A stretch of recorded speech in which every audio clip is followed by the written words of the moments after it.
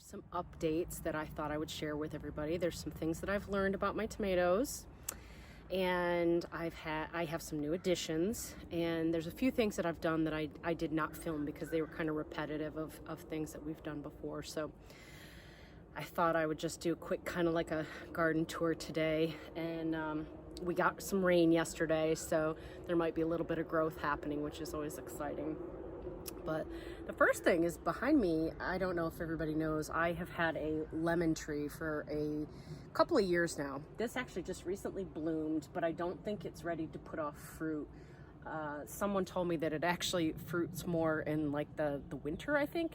So I'm not sure what that little flush was about, but it didn't seem to create any fruit. So I don't know. I have to do a little more research on that. I did fertilize it again. I think I read somewhere that you should fertilize them once a month with, I do have a citrus fertilizer. But the exciting thing is Home Depot marked their citrus plants down. In fact, I just was at one yesterday. They still have them if anybody wants them. They're 50% off. So I got a thornless key lime.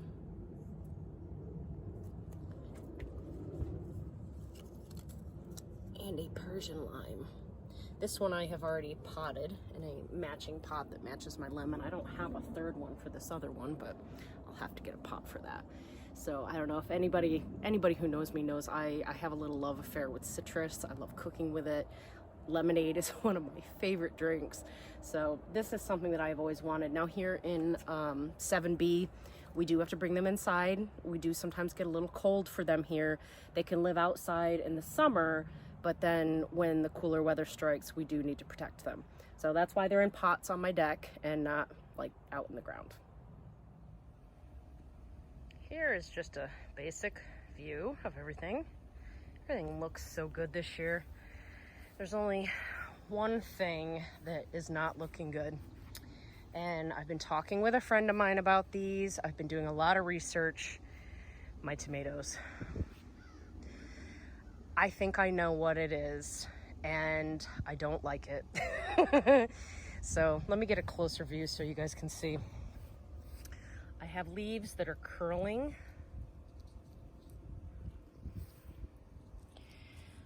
I wasn't sure if this was a wilt. I don't think that it is, because it's starting to happen on all of them, including some of these. They're kind of malformed. That was the one thing oh, and there's a little pest right there. That is a little baby yellow striped armyworm. We're gonna get him off there. We don't want him. No, these get big and naughty. They chew on our plants. So anyway, my one friend oh, look, boy, they're in here today. I came out last night with a black light to see if I could find them. Can you see them right here? I don't know, it's kind of shaded. Can I get closer? There's two there. Sorry, I know I'm kind of all over the place right now. Oh, and look. Yeah, there's got to be a bigger one in here, because see this? That is usually what some tomato hornworm damage starts to look like. So there might be a bigger one in here somewhere. I'm gonna have to keep my eyes open for it. I'll look in there in a little bit. And the telltale sign sometimes is the poops, believe it or not. So see these? See those poops on that leaf? I can't get a great view of it the way this is twisted on here, but obviously that is damage, that something is in there. And then, you know, you see the poops. So this one, I mean, to do that much damage on there, that looks like that would have to be a fairly good sized worm. I don't know. I'll come back and look later, and if I can, well, here's a little one.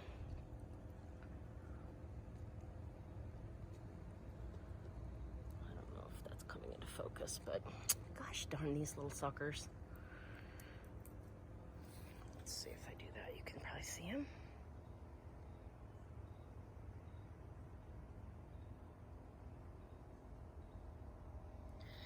So yeah, it might be time to either spray or do a little inspection on these. I'll come back to figure out what to do with these guys in a little bit, but let me get back on track with the tomatoes. So they all seem to be doing this. At first it was only the Amish paste, but they're all curling. They all have a little bit of malformed leaves happening.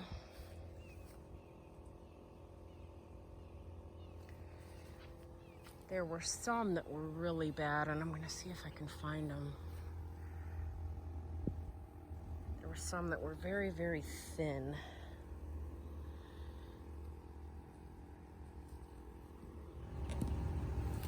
I found the plant that I was telling you guys that's so malformed.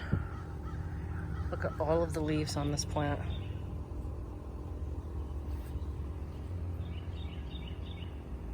Cherries, let's go over here for a second and see. I mean, some of the leaves look pretty good, but you can see they're all, and these are in a different bed,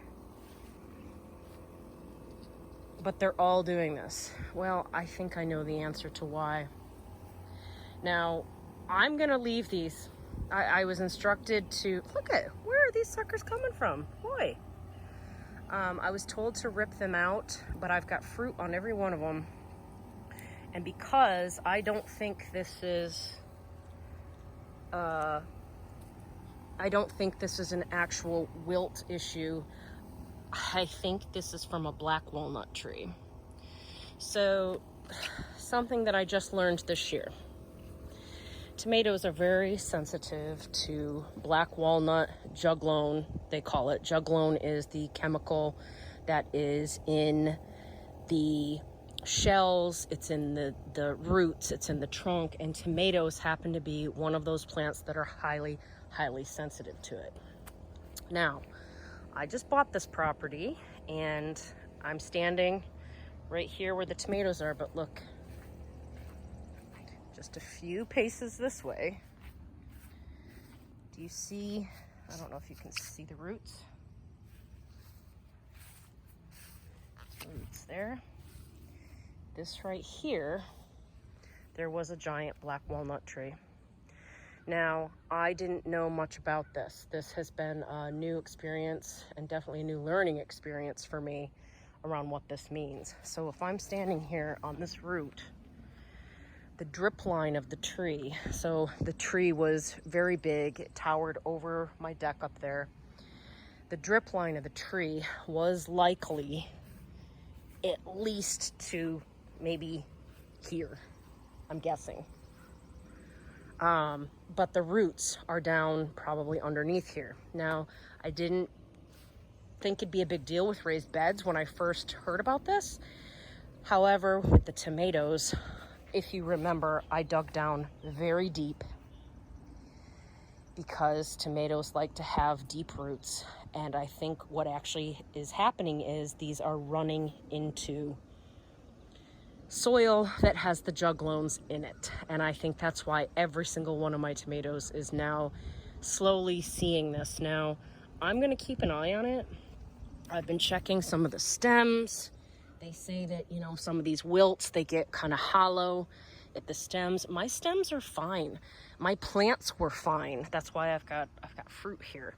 But I think what has happened is they've reached a point where they're getting the juglones, and I don't know how long I'm going to be able to keep my plants. So we'll see. Apparently, according to research, it takes a couple of years for the juglone to dissipate, even if you take down the tree. So that is one thing that I am dealing with, and apparently it can affect peppers and eggplant, which are, thankfully, those are in the furthest bed from where the tree was.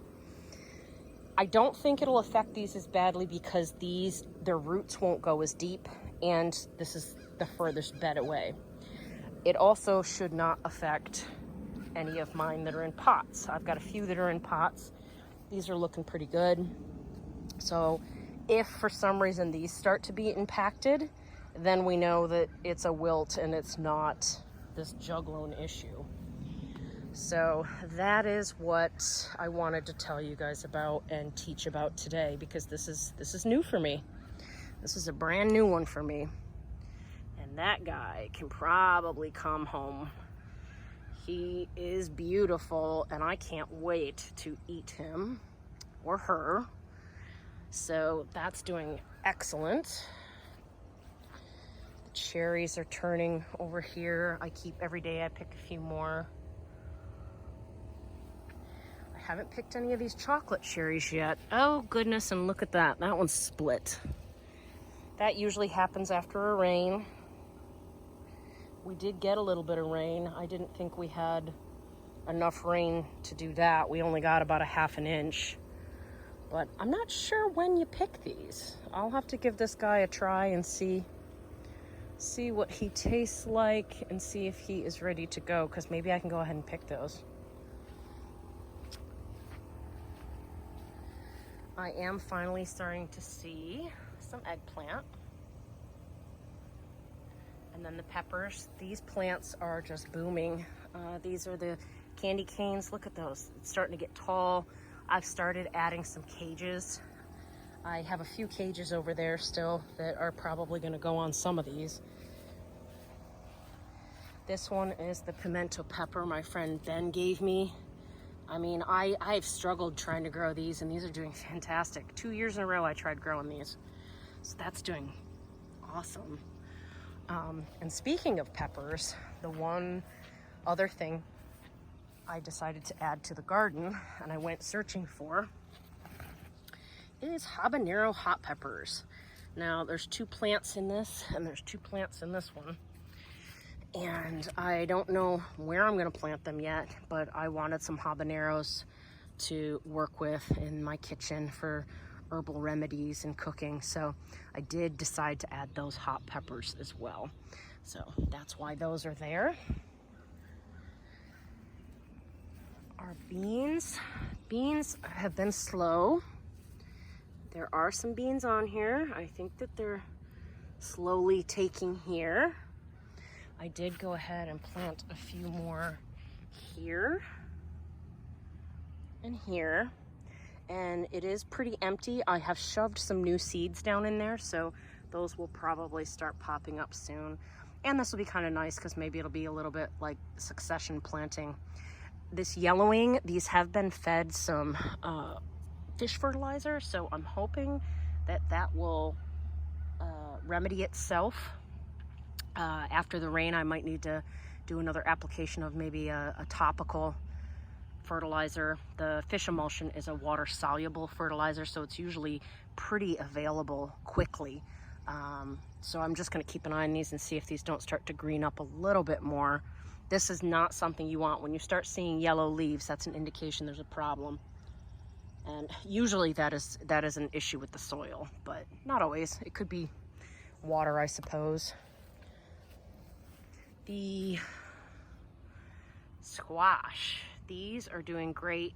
I have not lost a squash yet. I have been out here every single day picking off eggs, really keeping an eye on the borers. This one here is the only one that I trimmed off some of the larger areas, and I really thought it would send out some new growth, and it hasn't. So I don't know if that one's going to survive. That was the very first plant that got really, really big. We'll see. If it doesn't do anything soon, I'll probably just rip it out. But the other 3, you can see there's some squash back there coming in. So these are doing great, as well as these here. These are all doing great. These all got another injection of BT yesterday because I have been finding eggs on every plant every day. I have been removing any yellowing or dead looking or wilting leaves and finding the borers in the leaves. Now, because I injected the stems, they maybe just haven't made it to the stems yet for that to impact them. But I've removed what I can. I also kind of dig up the dirt, put it around as much as possible to kind of cover the bases. This is also grass that you see. As much as you can, keep those bases kind of covered. So, but they're doing okay. I did a BT yesterday as injections. I haven't sprayed yet because we might get a little rain this afternoon. If we don't, that's going to be one of my priorities for the weekend, is to go ahead and spray again. The zucchini is finally coming. This is probably ready to pick, which is exciting because my zucchini was the slowest of everything. Last year I was picking it, I swear, by the dozens at this point. And oh, here's another one in here. Can you see it? So the zucchini is coming. That's awesome. My squash has slowed down just a tad, but that's okay. That is going to be just fine. The basil, this one's still a little yellow. This one looks pretty good. I think these all got a little shot of fish emulsion as well. I've been picking some of this. When you see this, pick those off. The flower head means that it is going to seed. You know, if you were to look in here, there's probably seeds in there. I don't know if you could see it. I tend to throw them in the garden. My thought is that the smell is deterring some of the pests. And then if those ever go to seed and come up, hey, it's just more basil that I get to have. I don't know that these seeds have reached maturity, so they may not, but that's how I handle these. Let's see, what else? Leeks. The leeks that are in here with the tomatoes are doing pretty good. I just talked about these the other day briefly, so there's not really much more to talk about, but I just need to keep them watered. And then our cucumbers over here. I just trimmed these, if you watched the video. But look how they are taking on this trellis. Let me see how far back I can get so you can see the whole thing. I mean, they're taller than me. Look at that, one is all the way up to the top. I may need to do a little more trimming. I tried to clear out the bottom as best I could. This is probably ready to pick. That's a good size.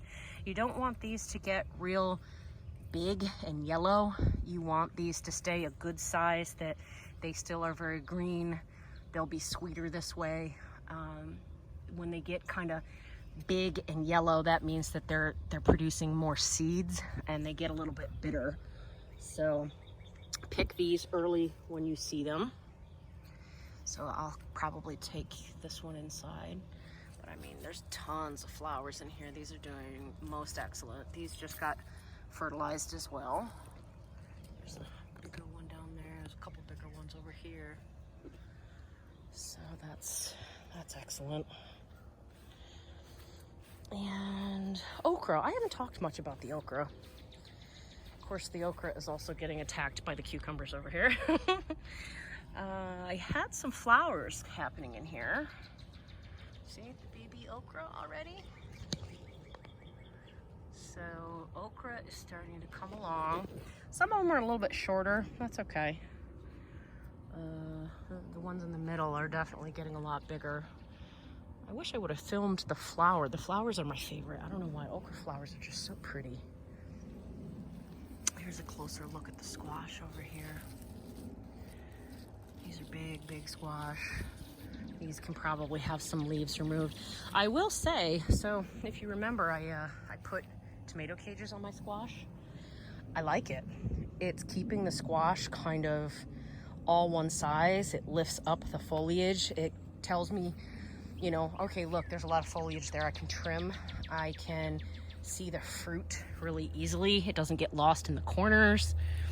So I think I like this tomato cage option. You can kind of see over here, I just come along and push them up through so that it keeps it sort of vertical. And it's working rather nicely. There. I mean, it probably looks silly, but I don't care. That doesn't bother me at all. Our dill is doing fantastic, and I gotta tell you, I have not seen squash bugs not since we first started.